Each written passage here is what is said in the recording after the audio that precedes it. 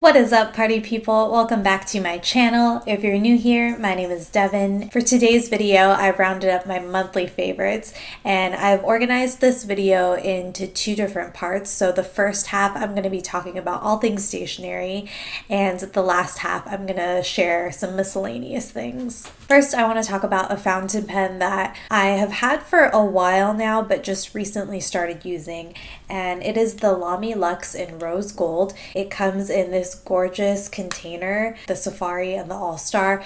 It just comes in like a cardboard box, so I appreciate the extra thought that's put into the packaging. The Lamy Luxe in Rose Gold is a fountain pen that I've had since the end of November, early December, maybe even January. It was around that time frame. I basically got it as a reward for myself for completing NaNoWriMo, and it's taken me this long to actually ink it up and start using it. I've just been slowly enjoying the pens that I have, and this pen was finally up to bat for my next pen to be used, and I absolutely love it. Again, I've only been using it for a short amount of time. I have used the Lamy Safari, and that pen is essentially the same style body. It's just made out of a different material. I have to say that this is such a nice, luxurious feeling pen in comparison.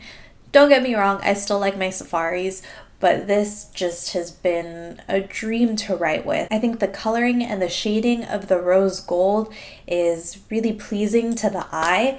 I decided to get this in an extra fine nib, and I'm pretty happy with my choice. I have this currently inked up with the Noodler's Black Swan in Australian Roses. I feel like this is a pretty well-known ink, and I just got a sample from Goulet Pens to try it out. I think this is a beautiful pairing, and I've just really been enjoying how well both of these complement one another. Next up, I want to talk about a pen pairing. So these two pens I normally always pull together to use, and it's this brush pen from Daiso. I don't remember what the name was on the packaging. I think I messed up the actual brush part, so some of it has splayed and it doesn't write as smoothly or as uniformly as I would like to do any hand lettering. I like using this whenever I am planning, and more specifically in my Wordsworth planner or my Savvy Bee planner.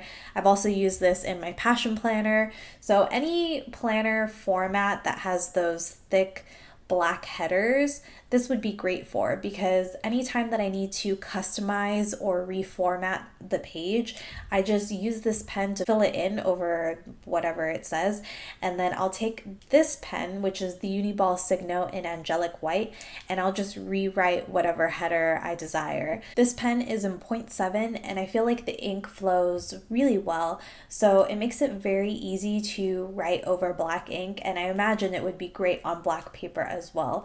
So these two pens I almost always have with me whenever I'm planning. Speaking of planning, I know that I've shared this in at least one favorites video before, but we're halfway through the year now, and I've just been appreciating it more and more every time I use it. So I wanted to share again the Midori Day Length Diary, and this paper is something special. I think it's because this paper is very fountain pen friendly. My first choice when it comes to my writing implement as of late is using a fountain pen. So I think that's why this has really been a favorite for the past month. I think I'm just now starting to realize what a huge impact paper can have in your writing experience. I mean, you guys know that I've talked about like my notebook collection on this channel before, and a lot of it is very good for regular pens, but when you start dabbling into the fountain pen world, I feel like there are certain types of paper that really make it shine, and the MD paper is definitely one of those things that really enhances the fountain pen experience. My next favorite is this North Face backpack. I believe it's the Borealis style, and this is a backpack that I have had on my wish list for, I want to say 2 or more years now. I finally got it for our trip because I knew that I wanted to take my laptop and my camera, and I just had a lot of stuff that I preferred to carry on versus checking in, and that was a good enough excuse to me to finally get this backpack. Originally, I wanted to get the black and gold one. I don't even know if they have that style anymore, but when I was first looking into this backpack, they did have that color combination. But I ended up getting the all black one, and I'm pretty happy with my decision. I like this backpack because it feels very sturdy. It has a lot of great back support, padded straps, clickable straps. All of these things make it a little less strenuous for you to carry. I did put a lot of stuff in this when I was traveling, so it was still very heavy, and my husband actually was kind enough to help me carry it. But even he was saying that he wants a backpack like this. I do like that it has a padded section for my laptop, a lot of space in the front pocket.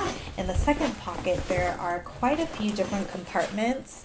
There is a padded compartment here as well as here, and then a lot of zipper components. This front pocket is a little bit shallow, but it's good for things that you don't want to dig for.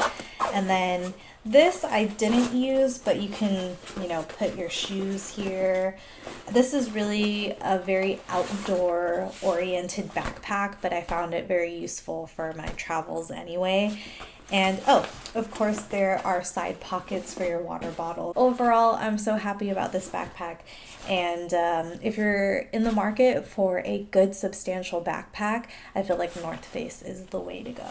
I want to circle back to the first thing that we talked about in this video, which is the Lamy Luxe. And don't worry, I'm not going to gush about it any more than I already have. But during my vacation with my family, we went to the Philippines, and there were so many great memories from that trip. If you were following me on Instagram, you may have caught on my Instagram story that I went to a Lamy store for the very first time. Where I live, physical stores carrying fountain pens is just not a common thing. And seeing a Lamy store in real life was such an amazing experience, and definitely one of my favorite moments during my vacation because I am, a pen nerd. And it was a fairly small shop, but just seeing everything in person really took my breath away. They had some testers of the new crystal inks, so that was a real treat being able to test those out in person. It's very different from looking online, just having a web page pulled up and seeing swatches through a computer screen. And even my husband and my brother, who are not as well acquainted with the fountain pen world as I am, they appreciated the store. They were testing out pens. They were commenting on how smooth the writing experience was. And something that really made my day was my husband was like, yeah, I can't wait to go home and start using my fountain pen again, because I got him a Lamy Safari and he had been using it with his traveler's notebook, and he was really enjoying it. But I think being away from it and being in the Lamy store and trying out some of these other pens, he was like, yeah, I really should use my fountain pen more. So that was such a cool experience. I ended up not buying anything, which is such a shame. I was kind of being a stickler about the price. I was like, oh, it's cheaper for me to get it online, so I'll just buy it when I get home. But I really wish I had just picked something so that I had a souvenir from that memory. I, of course, won't forget the rush of excitement that I had when I stepped into the store. And, I have the short clips that I took on my Instagram story to remember it by. There was also another store called National Bookstore that my grandma told me and my sister about because she knew that we like stationery, and it was just it was amazing. They had sections for Pilot, Stabilo, Statler, it was stationery heaven. They also had fountain pens in cases, and seeing Pilot and Platinum and Schaefer. Experiencing fountain pens in a physical shop just really opened my eyes to how much disconnect there really is with seeing fountain pens online. And that isn't to say that I'll stop buying pens online, because that's what I have access to right now. But just so appreciative that, my family let me, stop into those stores and kind of wander around and just really ogle at the beauty of all those fountain pens in one place. It was really a highlight of my trip. Those were all of my favorite things from this past month. Now, I would love to hear from you. What have you been enjoying in the month of June, stationery or not? Let me know in the comments below. I do want to thank you all for continuing to support this channel. I did have my last couple videos prepped in advance while I was on vacation, and I'm so sorry that I didn't have a video posted last week. When I got home, actually on the flight back, I had a fever, chills, bouts of nausea, an eye infection. It was terrible. It was definitely an unwanted souvenir from my vacation.